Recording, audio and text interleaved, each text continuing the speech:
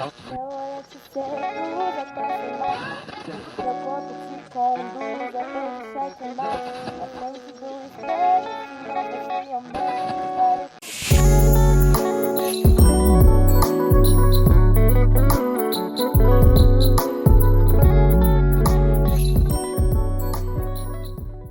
Tem uma frase que eu gosto de usar muito, que é: eu sou um mar em maré baixa, a Brem de casa. E a Brem do palco é um mar revolto, é um mar em maré alta, com ondas muito alta, muito forte, e com um vai e vem que é uma constante de vai e volta de mim mesma. Parafraseando Van Gogh, ele fala que a arte é feita para aliviar aqueles que foram quebrados pela vida. A Brem artista, ela sempre existiu. Sempre existiu. Desde a infância, eu lembro de estar em creche, alfabetização. Tinha uma peça de teatro, eu estava escalada. Eu ia participar, era a pulga das peças teatrais da escola. Mas aí teve uma fase da minha vida, que foi com 16 anos, que eu perdi minha mãe. E o teatro se tornou uma válvula de escape para mim. Né? Isso, 16 anos, morava em Cruzeiro do Sul, teatro dentro da igreja. Mas se tornou profissão mesmo, quando eu entrei na universidade em 2015, num espetáculo chamado Le Bal, inspirado num filme francês, da década de 30, 20 mais ou menos, em que tinha uma personagem que era trans, que a gente trouxe essa personagem, deu vida a essa personagem trans dentro da universidade. E foi a partir daí que surgiu a Brem Travesti Artista, que foi graças a esse espetáculo que começou meu processo de transição e me entender enquanto uma travesti. E foi desde então que a Brem Artista, ativista, a Brem Produtora surgiu. O teatro, eu comecei no teatro quando eu tinha assim, uns 12, 13 anos. Eu já me envolvia muito nas apresentações escolares. Quando tinha apresentações culturais, era assim, o que eu mais participava no ano letivo eram as apresentações culturais da escola. E aí eu lembro que quando eu tinha uns 12, 13 anos, teve um curso ofertado pelo SESC de teatro, com modalidades de história do teatro, técnica vocal, e a culminância era montar uma pequena apresentação com Tony, a maravilhosa Tony. Eu fiquei assim fascinado, e nesse dia, no dia da apresentação, ela me disse uma coisa assim que marcou a minha vida, que ela falou que a gente não escolhe o teatro, é o teatro que escolhe a gente. Que mesmo que você... Ela falando assim para o pessoal do grupo, né? Daqui a 10 anos pode ser que vocês não estejam mais em contato com o teatro, mas se o teatro tiver escolhido vocês, vai aparecer um jeito de vocês voltarem. Mas dança eu nunca passou pela minha cabeça. Aí um dia eu estava assim, nesse período eu estava muito conturbado, e eu pensei, eu preciso ocupar minha mente. Aí falaram, tá tendo uma seleção de dança pro Grudão. Eu disse, eu vou me propor a coisas novas. Mas eu lembro que eu comecei a escrever porque eu sempre tive muita dificuldade de me comunicar falando. Principalmente de contar, tipo, coisas que estavam me perturbando, me angustiando. Eu não conseguia ter essa comunicação praticamente com ninguém, assim, nem com as minhas amigas mais íntimas, eu tinha muita dificuldade. E aí eu comecei a escrever assim mais a fundo por causa disso, porque eu precisava tirar de mim aquilo e eu não sabia como.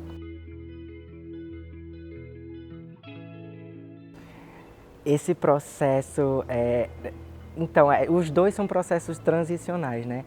Mas o da arte veio primeiro. Porque assim, enquanto pessoa trans, desde que eu me entendo por gente, eu sabia que eu não era um corpo feminino. Mas eu acho que por muito tempo eu ignorei tanto isso que a minha mente assim apagou. Por anos da minha vida, a minha mente bloqueou essa informação de tal forma que eu sentia um desconforto, um estranhamento, mas eu não conseguia entender que estranhamento era aquele. E como eu disse, a arte veio, por exemplo, na poesia, muito como válvula de escape. Então, falando assim, em um nível de consciência, até a arte veio primeiro. Mas uma coisa muito interessante que aconteceu é que a dança, quando eu entrei na dança, eu já tinha passado, assim, passado entre aspas do momento de transição, porque para mim, com o entendimento que eu tenho hoje, eu percebo que eu ainda estou numa transição.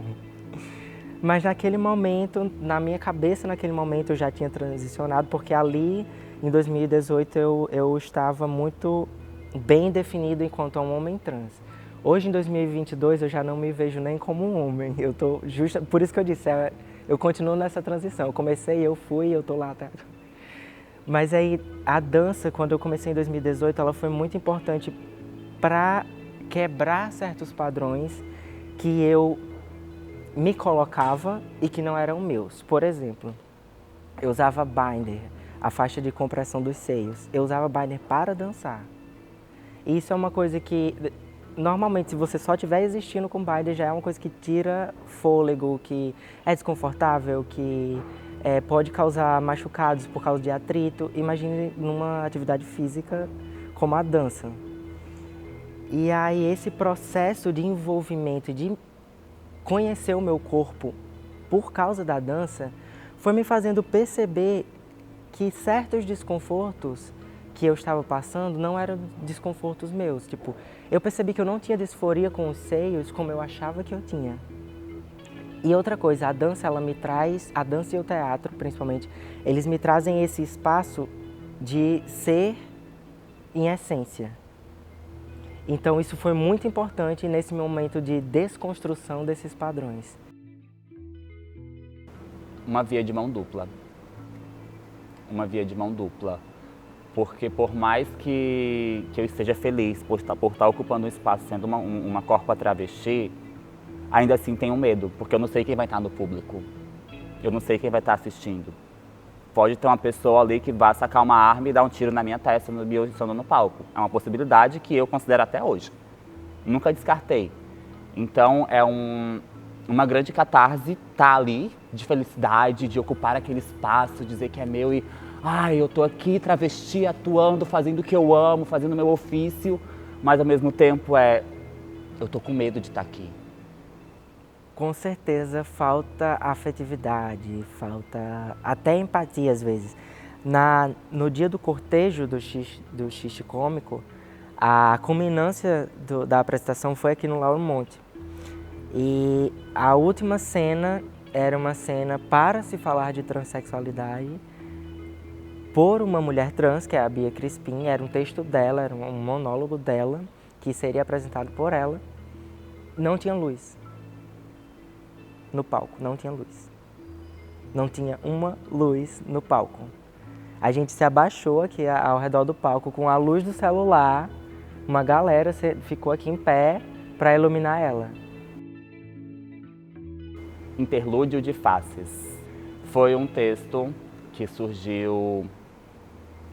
eu comecei a escrever em 2018, pós-eleição desse ser que está aí na presidência do Brasil, em que eu recebi muita ameaça, tanto via internet quanto presencialmente nas ruas, né? E que foi meu primeiro texto que eu consegui dar vida e apresentar sendo de minha autoria e com uma direção travesti.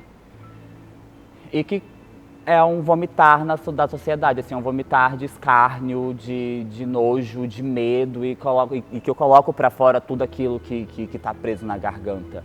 E também de revolta, porque surge também do assassinato de uma amiga minha. Olha, eu acho que a dificuldade que as pessoas transgressoras têm de acessar esse espaço é um conjunto de coisas. Então, assim, eu não acho que seja por maldade, por querer exclusão. Obviamente, em algumas situações, sim. Mas eu acho que não seja... A maior parte dos casos, eu acredito que não seja por isso.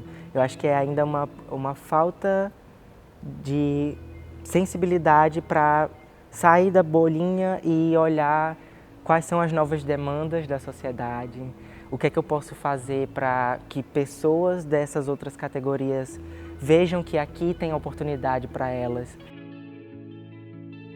Eu vivi dois extremos, né, no palco, estando como uma pessoa cis e estando como uma travesti. Estando como uma pessoa cis, é muito mais aceitável você ver uma pessoa atuando num palco. Porque é comum da população, né, ver uma pessoa cis estar ali representando um papel. Quando você é uma travesti e você está em cima do palco, causa estranhamento. Porque aquele corpo não é para estar ali. Aquele corpo não é desse lugar do palco, é o corpo da esquina, é o corpo que está se vendendo, que está se prostituindo. Então você sente muito essa diferença. Eu sinto muito essa diferença de sendo bem travesti, atriz, ocupando um espaço no palco, no teatro, que por mais que, uma coisa que eu sempre trago isso comigo em vários debates, por mais que o teatro seja, a arte no geral, seja um movimento e um trabalho que respeite e acolha todas as pessoas, ela ainda assim tem seus estigmas quanto às pessoas trans e travestis. E principalmente quando o seu corpo ele está ali para fazer outros corpos, se adequar a outras personas, a outras personalidades, a outras pessoas. Que uma coisa que eu sempre faço no teatro é eu me recuso a interpretar pessoas cis. Me recuso, porque eu não sou cis. Se for para eu estar no palco, eu vou representar uma travesti, ou uma pessoa trans, ou um animal, ou uma árvore, mas não uma pessoa cis, porque eu não sou cis. E por mais que eu entenda que o meu corpo, sendo um corpo para a arte, para o teatro, eu tenho que me desdobrar e representar papéis, porque é um corpo que está nu, é um corpo que está despido, é um corpo que está entregue para isso, eu ainda assim me recuso a ocupar esse lugar, que não é meu por direito. E aí é uma outra dificuldade, porque encontrar papéis de pessoas trans e travestis é muito difícil, porque o que vai ter é o quê? Transfake. Pessoas cis interpretando pessoas trans, que é muito comum, muito comum. A gente tem novelas, a gente tem espetáculos, tem filmes com transfake. E aí entra uma outra coisa que eu não entendo, se a gente tem tantas pessoas trans e travestis trabalhando com arte, com atuação, por que não chamam essas pessoas para estar trabalhando no palco, para estar atuando? Eu acredito que falta por parte da produção uma certa falta de caráter, sendo bem sincera, e uma preguiça de pesquisar pessoas trans para atuar e para ocupar esses espaços. Porque a gente tem Renata Carvalho, uma grande atriz que está rodando o mundo com teatro, tem Kika Sena, que é uma travesti que tá rodando agora o mundo com um filme que foi lançado. Enfim, tem N nomes que eu posso citar de pessoas trans e travestis que estão fazendo teatro, estão produzindo cinema, mas que não tem vez porque a produção, a equipe, a direção, preparação de elenco, enfim, coloco toda a equipe, que majoritariamente é cis, né, não tem o devido caráter de entender que esse lugar são dessas pessoas. Para além da maquiagem, da atuação, vem o artivismo, que é usar a arte como principal aliada de movimentos políticos, movimentos sociais. Porque se a gente for voltar alguns anos atrás, ditadura militar, por exemplo, né, muitos movimentos surgiam através da arte. Muita política surgiu através da arte. A gente tem no Rio de Janeiro, o Augusto Boal, né, Teatro do Oprimido, que hoje é mundialmente conhecido. Eu tenho um livro que é Teatro do Oprimido e Outros Babados, que fala sobre as leis que foram criadas no Rio de Janeiro através do Teatro Fórum. Que eu comecei a entender que é possível sim a gente conseguir políticas públicas com a arte. Elas estão na frente, na verdade, mas não recebem o reconhecimento de fato por estarem na frente. Porque são pessoas que estão, em sua grande maioria, marginalizadas, estão nas periferias, né, dos grandes centros, e que, obviamente, pessoas privilegiadas vão ocupar esses espaços com mais facilidade do que essas pessoas que estão à frente, de fato, do movimento. Aí eu volto agora, na história de novo, na Operação Tarântula. Né, década de 80, que foi um massacre às travestis em São Paulo e tudo mais, higienize São Paulo. Tem uma pessoa específica nesse período que hoje é praticamente apagada da história, que é Brenda Lee. Travesti que acolheu muitas pessoas trans nesse período, que cuidou, e principalmente pessoas trans que estavam no processo de HIV/AIDS, que hoje reconhece Brenda, tem a Casa Brenda Lee em São Paulo, tá tendo um musical sobre Brenda Lee, mas não é divulgado, não é falado sobre ela, que fez tanto pela população LGBTI+, no Brasil, e que é esquecido, porque é uma travesti. A gente tem Chica Manicongo. Em 1600, 1500, na Baía de Todos os Santos, a primeira travesti que se tem na história do Brasil, e que é esquecida. Não se fala de Chica Manicongo. Chica Manicongo veio sequestrada do Congo, foi escrava de um sapateiro, ela se vestia com roupas ditas femininas, foi acusada de sodomia pela Igreja Católica, teve que regredir na sua transição de gênero por conta da Igreja Católica, que foi um grande marco para a história do movimento LGBTI+, do Brasil, e que não é reconhecido. Mas quem é vangloriado, quem é levantado como grande líder de movimento, são pessoas cis brancas que estão em lugar de privilégio, que estão acessando lugares em que eu, enquanto travesti, não acesso. E por mais que eu saiba que eu tenho o privilégio de acessar lugares em que muitas pessoas não acessam, como está dentro da mídia ninja, estando dentro da mídia ninja, eu acesso esse lugar que muitas amigas minhas não vão acessar. Não vão ocupar a mídia ninja como eu ocupo enquanto um corpo travesti. Porque é também um lugar de privilégio. É um lugar de privilégio. Acessar a universidade.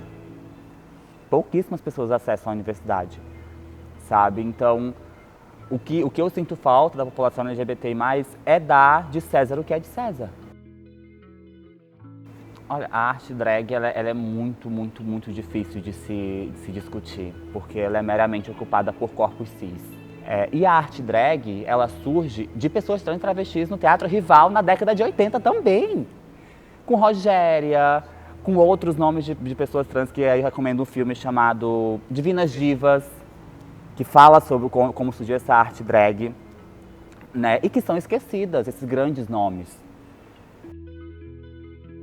Eu não sei muito do conceito, nem pesquiso muito, porque não é um lugar que eu me sinta pertencente. Não é um lugar que é meu, sabe? Então eu não tenho muito o que falar, mas um pouco que eu sei é que surge nos Estados Unidos, dentro de um aspecto de pessoas que não se adequam a um certo tipo de gênero, e enquanto queer se permite se desdobrar entre várias possibilidades de existência. É meu entendimento enquanto queer. Não sei se é realmente isso, mas é o que eu mais ou menos sei sobre, sabe? Por ser uma cultura mais americanizada, eu prefiro não ter acesso e deixar para estudiosos e tudo mais, porque não é meu lugar de fala, não me pertence. Eu tô num lugar em que eu vivo uma cultura e sou uma pessoa travesti, uma identidade latina, brasileira, americana, americana, ó, a louca. Latino-americana, né, que é brasileira, que surgiu aqui, que vive aqui, que resiste aqui. Então esse é o meu lugar de pesquisa, é o meu lugar que eu me encontro. Esse lugar do queer ainda é um lugar para mim não de estranhamento, mas de um não profundo conhecimento sobre. A questão do queer, justamente quando eu comecei a ver que essa coisa do transhomem não era exatamente o que eu sou, e aí eu fui estudando sobre a teoria queer, sobre a questão dessa transgressão, a androginia também. Eu me percebo hoje muito dentro da androginia, muito dentro dessa tenacidade entre o feminino e o masculino. Eu acho que eu não sou enxergado como uma pessoa andrógina, mas eu me sinto muito dentro dessa linha. Muito dentro do queer, muito dentro de transgressões inúmeras, não só transgressões relacionadas à dualidade masculino e feminino, sabe? Mas para além das transgressões de gênero. Estar viva. Estar viva é minha felicidade. Eu estou tentando descobrir o que é felicidade. Mas eu vejo a felicidade muito como um estado de espírito como os outros, sabe? Um cão sem plumas.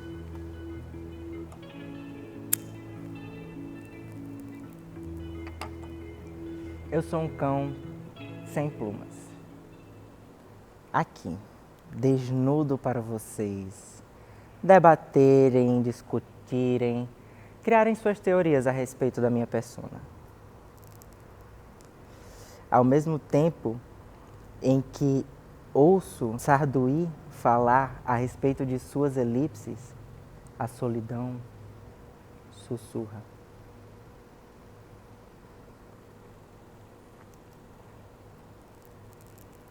E mergulho no rio estagnado. A estagnação de um louco. Logo em seguida entrego o meu corpo a quem não merecia nenhum afago. Mas usou, abusou, se lambuzou e no fim temos a margem. A escória, a diversão das noites, o exótico. Eu sou um monte de coisas. Além de um corpo desviado, além de um corpo violado, além uma elipse transbordando para além dos gêneros. Cada um de nós vai, um se despede, o outro não. Cada um de nós vai, um quer ir, o outro não. Cada um de nós vai, um chegará, o outro não. Cada um de nós fica, não. Cada um de nós vai, um se despede, o outro não. Cada um de nós vai, um quer ir, o outro não. Cada um de nós vai, um chegará, o outro não. Cada um de nós fica, não. Não, não, não, não, a gente não fica mais aqui. A gente não fica mais aqui. Será que vocês não veem que este país é o pior para se existir? Nesses meus 25 anos, eu já enterrei muitas. Vi muitas morrer aqui, ó, nesses braços. Mortas por esse sistema transfóbico, naturalizado e institucional. Por quê que é tão difícil ser travesti? Logo nós que só queremos existir. Ter os nossos direitos, os nossos respeitos, ter e não ter os nossos peitos se a gente quiser. Tem tudo que tem vocês. Um bando de pessoas cisgêneras privilegiadas. Vocês sabem de onde eu vim? Vocês sabem de onde eu vim? Eu vim de lá. De lá, lá do Juruá. Lá onde o vento faz a curva no alto do Aquiri. Que fica bem ali, no Acre. E mesmo sendo de lá, eu senti e vi as balas que atravessaram a cada corpo, preto, trans e periférico. Eu tive meu corpo violado, estuprado. Eu tive meu pau arrancado junto às vísceras do meu coração. Eu falo muito, entre as travestis, que ser lésbica, ser gay, ser bissexual, essas pessoas cis, LGB, essas pessoas são sempre as acadêmicas, as políticas, as funcionárias públicas. E nós, as travestis, somos meras pobres coitadas que estamos cansadas de apanhar.